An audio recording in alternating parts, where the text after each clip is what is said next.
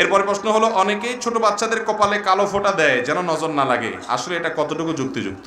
ভাই, কপালে বাচ্চাদের কালো টিপ দিলে নজর লাগবে না, এটা কুসংস্কার। এর সাথে নজর লাগার না লাগার কোনো সম্পর্ক, বরং ফুটফুটে সাদা পোলাপানের কপালে যদি কালো টিপ দেয় অনেক সময় বরং নজর আরো বেশি লাগার সম্ভাবনা আছে। কারণ ওটা দেখতে এত সুন্দর লাগে, আগে বদনজর না লাগলেও এখন তাকালে না বদনজর লাগতে পারে। বুঝেন নাই কথা? বদনজর থেকে বাঁচার জন্য কি করবেন? এক নম্বর হলো সকাল সন্ধ্যার দোয়াগুলো পড়ে বাচ্চাকে ফু দিবেন। সকাল সন্ধ্যার দোয়াগুলো পড়ে বাচ্চাকে, রাতে শোয়ার সময় 3 কুল পড়ে বাচ্চাকে ফু দিবেন, কোনো অনিষ্ট যেন তার ক্ষতি করতে না পারে। এবং কোনো লোক বদনজর দিয়েছে মনে হলে তার কাছ থেকে পানি পড়া নিবেন, অজু করা পানি নিবেন, সেগুলো বাচ্চাকে গোসল করাবেন, ধোয়াবেন, বদনজর দূর হবে।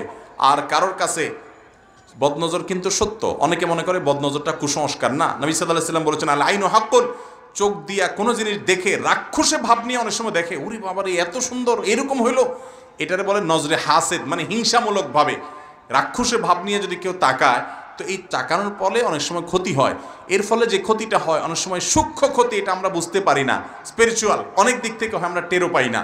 কিন্তু হাদিসে বর্ণনা বোঝা যায় যে মানুষ রাক্ষসে বা হিংসাত্মক নজর দিয়ে তাকালে কোনো বস্তু বা কোনো ব্যক্তি ক্ষতিগ্রস্ত হতে পারে। কিন্তু ওইটা থেকে বাঁচার জন্য এই কালো টিপ টিপ না, এগুলো আমাদের বানানো। হ্যাঁ, যদি সুন্দর ছেলে, সুন্দর মেয়ে, বাচ্চা মানুষ, ও আরও সুন্দর দেখা যায় যেন, সেজন্য সুন্দরের উপর একটা কালো টিপ দিয়ে দিলেন, আকাশে চাঁদের মতো আপনার আলাদা করে আলতো মনে হচ্ছে ফুটে উঠছে, তাহলে সেক্ষেত্রে সৌন্দর্যের জন্য দিতে পারেন। কিন্তু বদনজর থেকে বাঁচার জন্য কালো টিপ দিলে এটা কুসংস্কার হবে।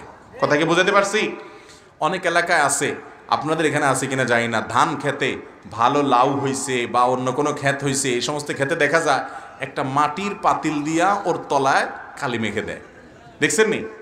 বলে যে এটা দিলে বদনজর লাগবে না। এগুলো সব ফাউল কাজ। এই জন্য করে যে মানুষ কালের দিকে তাকায়া আর ওই আপনার ফসলের দিকে তার নজর আর যাবে না।